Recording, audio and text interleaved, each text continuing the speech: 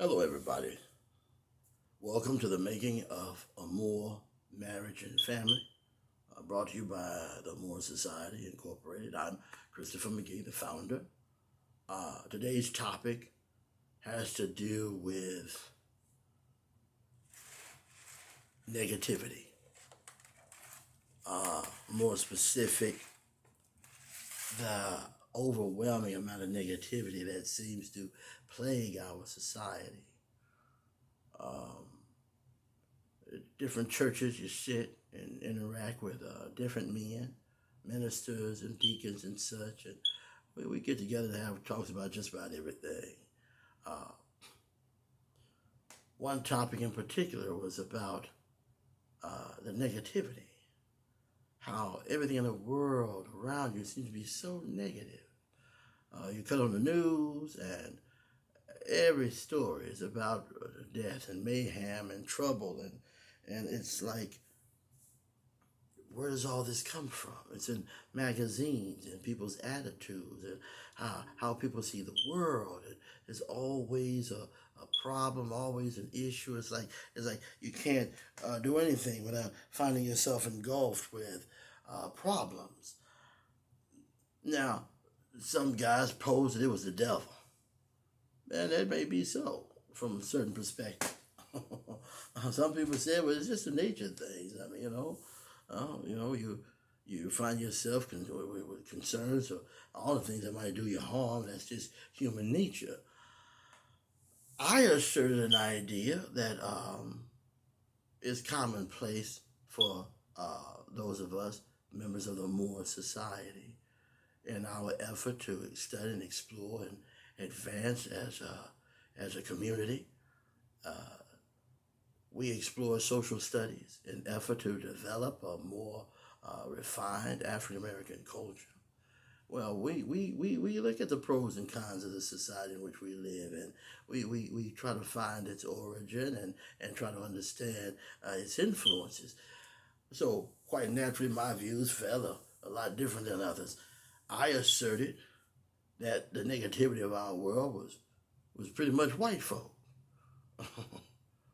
Oh yeah, I said we're white folk. Most of the negativity we know every day is pretty much white folk. Now, of course, ministers, where we try not to get into race, Well, I don't know about all that, but the answer to your question is, most of the negativity we know, it comes from dealing every day in America, dealing with white people. Now, this, of course, stunned a lot of people because they, looking at each other. So, what do you mean, brother? Well, it's simple. And this is what I wrote. We live in a society that is greatly Eurocentric. European philosophy, European practices pretty much shape the world in which we live. Most of us attended school, got a liberal education, even maybe some college, if you had loot, you got a more classical education, private schools. But while we were in school, we were introduced to a primary approach to learning, a primary approach to analytical thinking. And in our youth, we were taught that particular methodology. What is that method? That method is the scientific method. We were taught as children the scientific method. What is the scientific method? Well, it's the nature of the scientific method is that it is a problem-solving method of thinking. That's what it is. It's problem solving. It's all about finding problems, stating the problem, observing, forming hypotheses, studying, exploring, gathering data. You do research, experimentation. Through experiments, you draw conclusions. You do further experimentation on your conclusions. It all evolves around problems. Finding problems, finding something wrong. What's broken? What is sick? What is poisonous? What is venomous? What is destructive? What is painful? If it's negative, if it's bad, if it's potentially bad, whether it's a real threat or a perceived threat, it's a problem. We are trained to look for problems, to seek out problems, to depend on our ability to find a problem, to study it, explore it, and try to solve it. This is what we're taught. This is what we're taught to be learning. And this is unhealthy. It is unhealthy. Now, what am I saying? That we shouldn't problem solve? No, far from it. Everybody should be a problem solver. Everybody should be efficient in their ability to analyze, evaluate, and synthesize information for the sake of solving problems. What's wrong is when we make problem solving our primary approach to learning. It should not be our first step to learning. It shouldn't be our second, our third, or our fourth. Problem solving should be a last resort. Shouldn't be where your knowledge begins. It shouldn't be where your learning begins. No, problem solving should be the last step you take towards learning. Because basically what you're saying is everything is falling apart. You get a new car and you're driving that car. Good example, all right? You don't wait till your car is on 4-ball tires when all your brakes are squeaking every time you lean into the brakes. Tires flat, smoke coming from your engine. Look under your car, you see oil and coolant and transmission and steering fluid dripping on the ground. If you wait to this point to start being concerned with the well-being of your vehicle, you've waited too late. And that's the point. Everyone should learn how to solve problems, but if you're waiting until you have a problem to start thinking, you're already behind. Long before you start focusing on problem solving, you should be focused on problem prevention. But even before you start thinking about prevention, you should be thinking in terms of long-term maintenance. But before you get to long-term maintenance, there's short-term maintenance. Then before that, you have daily concerns. But instead of going backwards, let me start at the top, all right? In the Moore society, when we approach learning, we begin first with what is ideal. Perfect world. We read the Holy Quran, we read the Torah, we read the Gospel, we explore African tradition.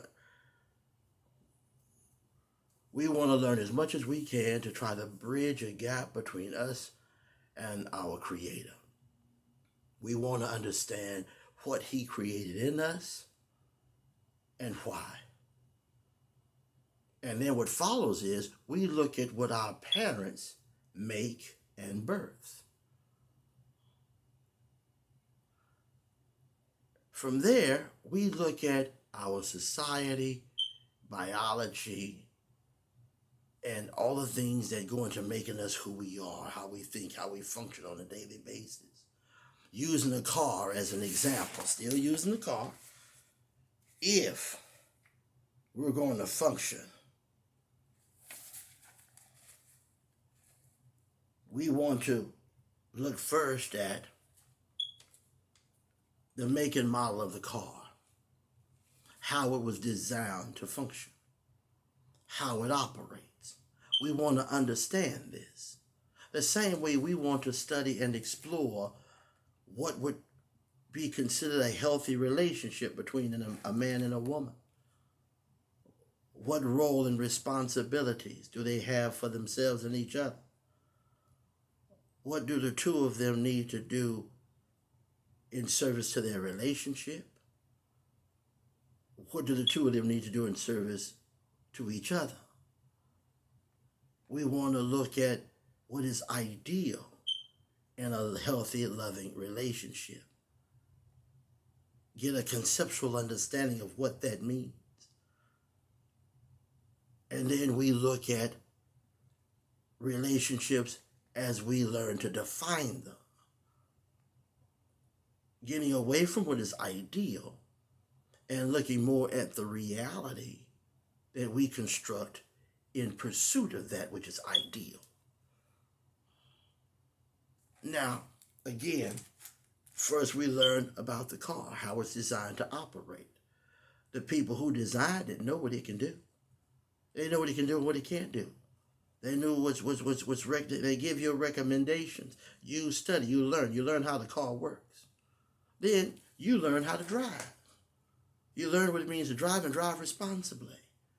And when the car and the driver come together, that's level 3. Now you're concerned with proper operation, how one facilitates the operating of the vehicle. Your role and responsibility. When you start driving the car, if your mama was like my mother, she said, it ain't enough that you drive a car safely. You got to drive for you and the person next to you. Because if you driving good and that jackass is driving like a bat out of hell, you're both going to suffer. So it's not enough that you drive for you. You have to drive for you and the person around you. Now we're talking about it's one thing to sit down and learn how to drive a car. There's another thing to be out there on the road every day, interacting with other drivers, detours, construction sites, all that. But we're still talking about you, the driver, being a responsible driver, and the vehicle being driven and handled responsibly. When you get up, so first is the make and design, then it's how to drive. The third thing we focus on is the proper operations. We got that. You want to drive effectively and responsibly on the road. The fourth consideration is the AM, PM, that is daily observations.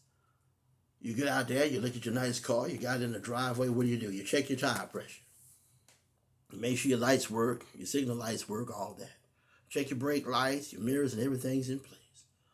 You crank up your car, you let it get warmed up.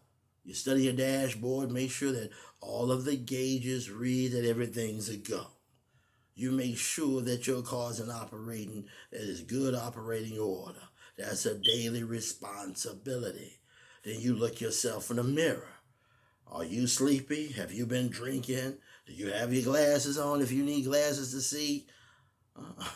Have you been suffering from muscle spasms or anything abdominal? So you sitting there driving down the street, you're on the freeway, and you catch a cramp that have you seized up, you can barely control the car. That's no good. You don't want to do that's no good. All right? So what we're talking about AM, PM, daily observations. The next thing we look at is short-term maintenance. Changing the oil, rotating the tires. Y'all know about that. That's what you're doing short term. Every few months, every so many miles, you're going to do that. You got long-term maintenance. This is when you start looking at your brakes. You start looking at your brakes, your braking, the different braking fluids and your brake pads and rotors. This is when you start looking at your cooling systems, your hoses and things of that nature. You got short-term maintenance. You got long-term maintenance. Both of them different. Both of them that should be a greater concern than what you're going to do with your car when you have a problem with it. From there, you go into problem prevention. This is when you start looking at different gas treatments. If you put in B12 or something, a gas treatment to clean out your lifters and rods and everything in your engine, clean out your intake. Then you got oil, like Lucas, oil treatment. It helps maintain your oil's ability to cling to engine parts and keep things lubricated. You got Lucas treatment you use for your differential. Things of this nature. These are steps you take to prevent problems and increase the life of your vehicle. Problem prevention. Okay? Then you get into major and minor repairs. But major and minor repairs, see, now we're talking about problem solving. You see, but long before we get into problem solving, we have a whole, we have different perspectives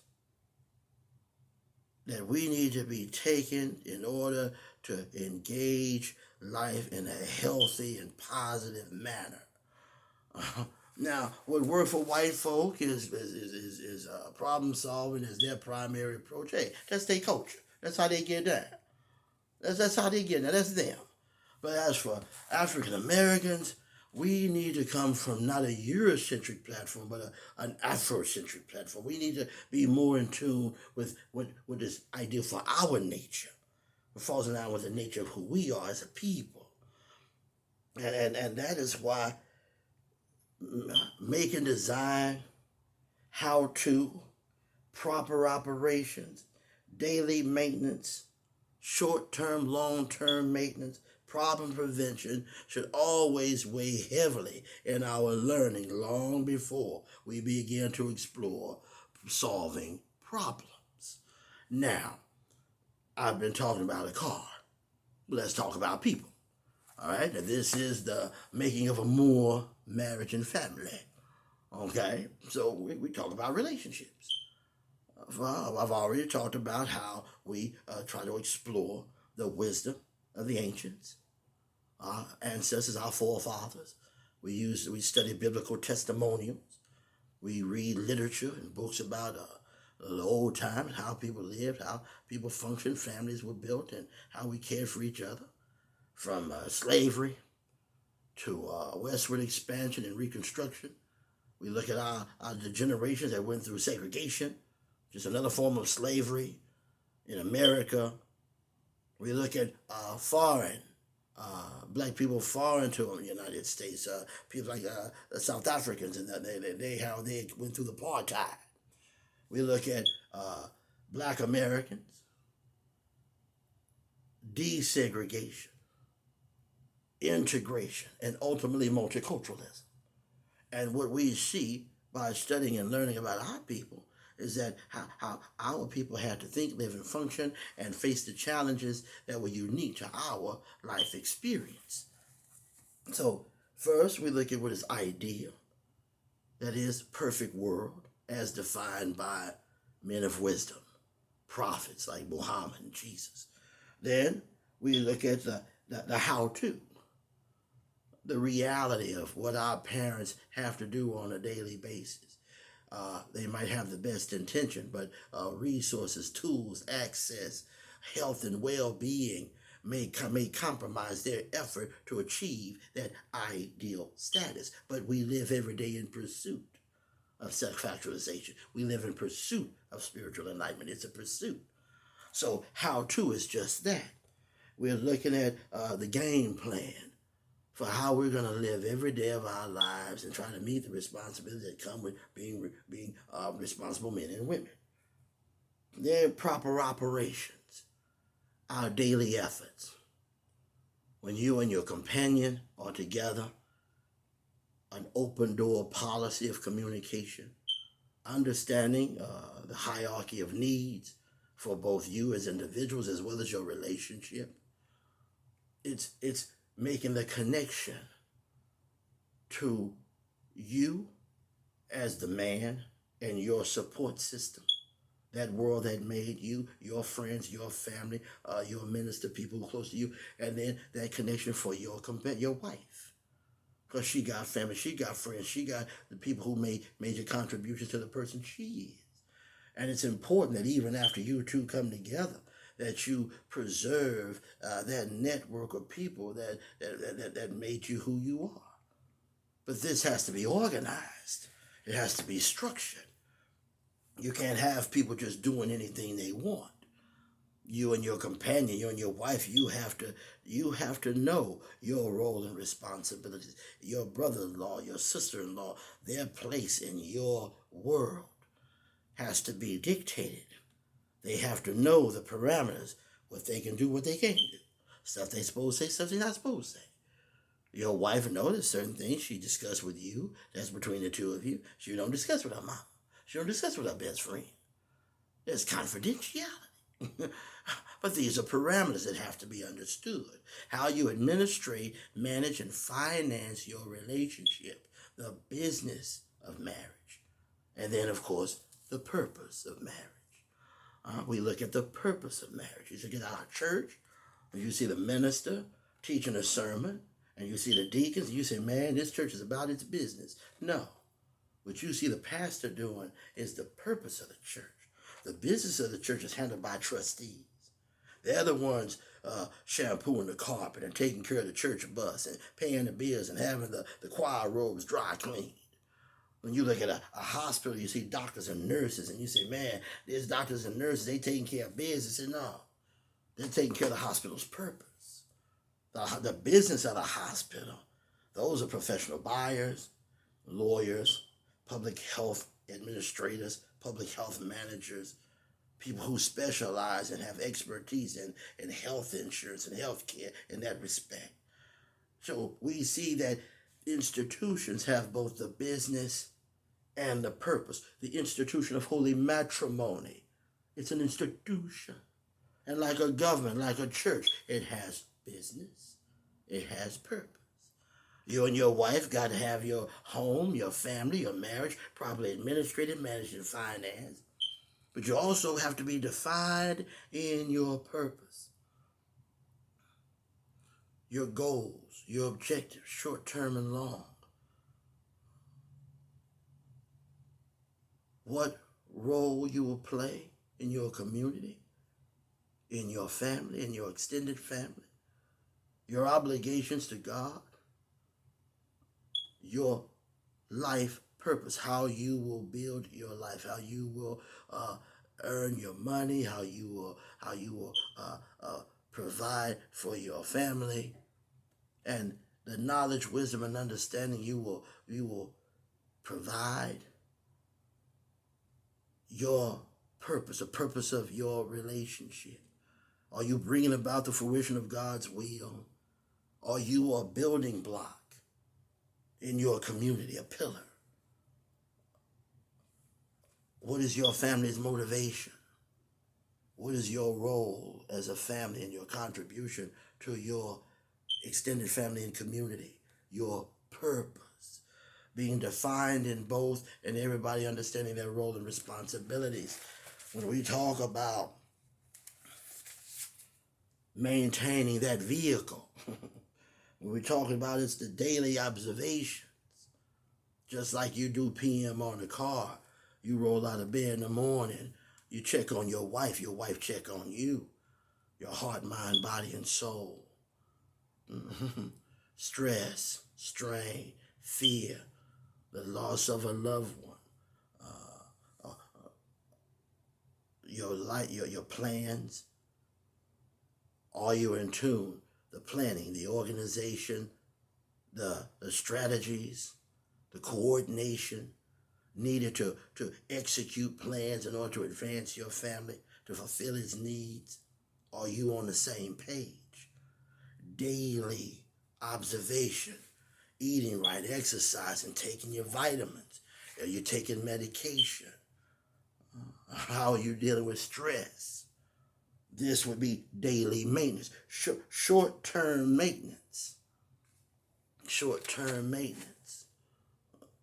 When you and your companion, every 3 months after an annual quarter, you sit down and you evaluate where you are financially, where you are with your role and responsibilities, how your family is structured, his situations and circumstances in the community. Has it changed how things operate? We're talking about the administration, the management, and the finance of your Rubik's Cube. You and your wife's Rubik's Cube. But that'll be another topic. We're going to get to that later. Right now, we're centered on long-term maintenance. Once a year, you sit down and you reflect on the year you've had, things you did wrong, arguments you had, misunderstanding, miscommunication, people in your family who overstepped boundaries. How did you handle it, or if you handled it at all? Changes in your job, changes in your career. outside threats like crime, COVID-19, long-term maintenance. Not necessarily anything wrong with your family. No, you're just observing and exploring and trying to gauge where you are in your pursuit of goals, of your pursuit of health and well-being, of your pursuit of spiritual enlightenment. Now, problem prevention. Problem prevention. This is you and your wife and your children making decisions for anticipating challenges that are going to come, anticipating hardship. As difficult as it might be, believe the death of a loved one who is sick. They may be dying, they may not, but the possibility is there. Problem prevention. You know that there's a possibility that if there was a problem, if there was a death in your family, you would need counseling. You might need to sit down with a minister. You might need to sit down with a psychologist or a psychiatrist. You might need to go attend some sort of group where you can sit with people like you and share in their experiences to try to broaden your perspective. You might need to take your children, if they're young, even attending a funeral and then going back home to that funeral. Your little baby girl at 3 years old will be saying, "Where Papa?" She just attended the funeral, just went out to the cemetery, and she still wondering, "Where's Papa?" She doesn't understand that Papa has died. And as a child, she gonna need that special support. But you don't wait until people die to start thinking about that. You don't wait until bad things happen and there's a threat of depression and things of that nature. That's when you start getting into problem prevention. And as far as problem solving is concerned, well, you've been studying that all your life. That's what you learn from white folk. Things are bad. How do you fix them? Yeah, but you understand what I'm saying. I hope this recording is giving you some insight. I hope it's broadening your perspective and helping you see how upside down so many of us are in the way things function here in America. Under so much European influences. We talked about the scientific method and what it means to live in a society where everybody is looking for a problem to solve. Well, it's not rocket science. There's a lot of weight that carries with that. When you live every day seeking out problems to solve, when you solve a problem, hey, look at me. When you fail to solve that problem, it's like, man, it can hit you hard.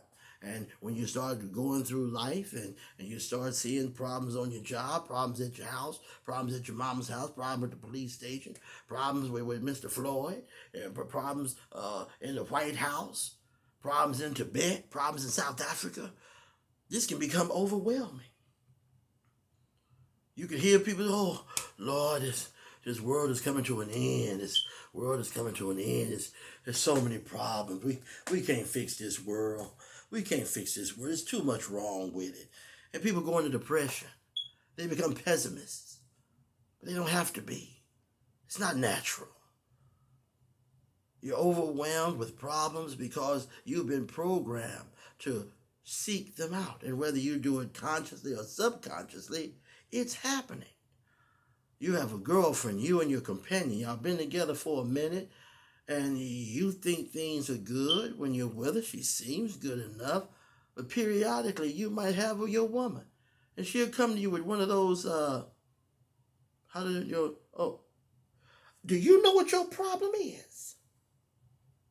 Do you know what's wrong with this relationship?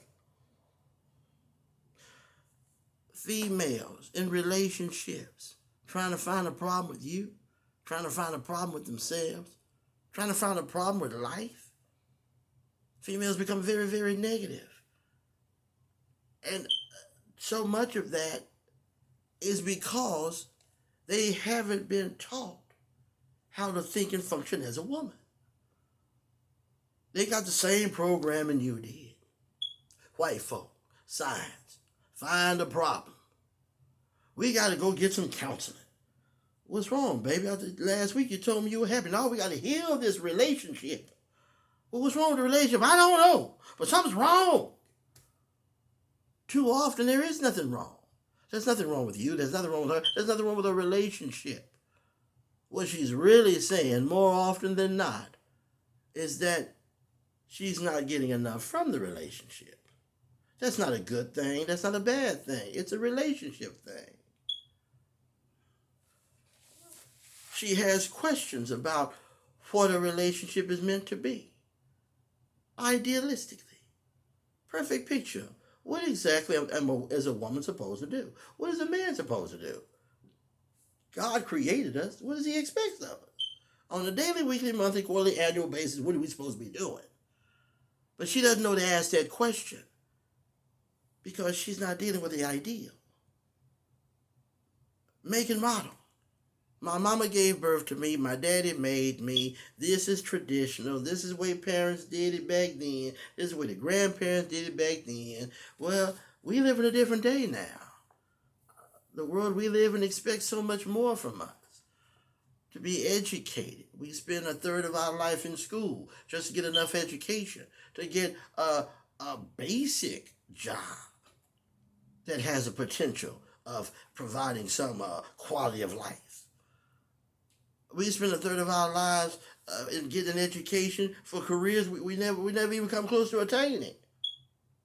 But our society requires it. Industrialization, service-oriented society, a lot of education, a lot of competition. It's the nature of things. Having children, big responsibility. You're going to run a career, run a business, and be a parent. It's possible. But the challenges are extreme.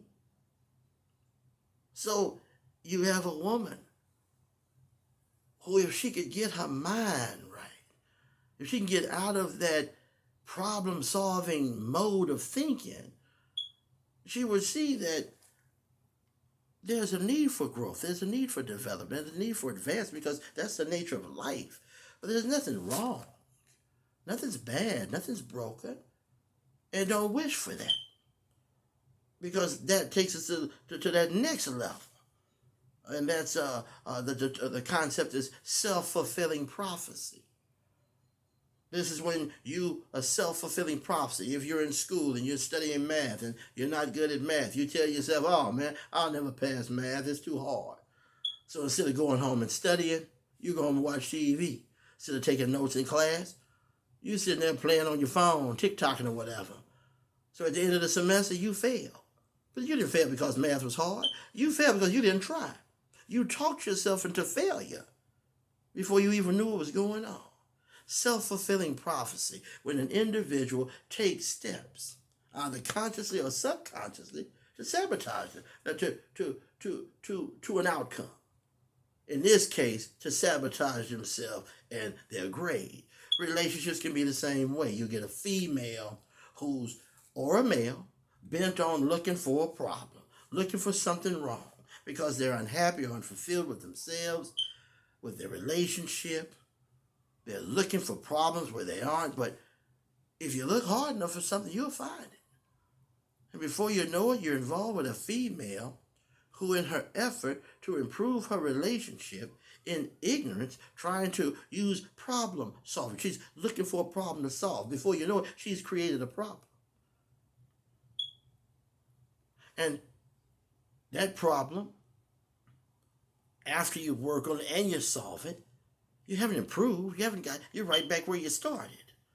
And assuming the problem that she created didn't fall along the lines of infidelity or something that leads to great financial ruin or something like that, something that can genuinely wreck a relationship, then that self-fulfilling prophecy can be quite devastating.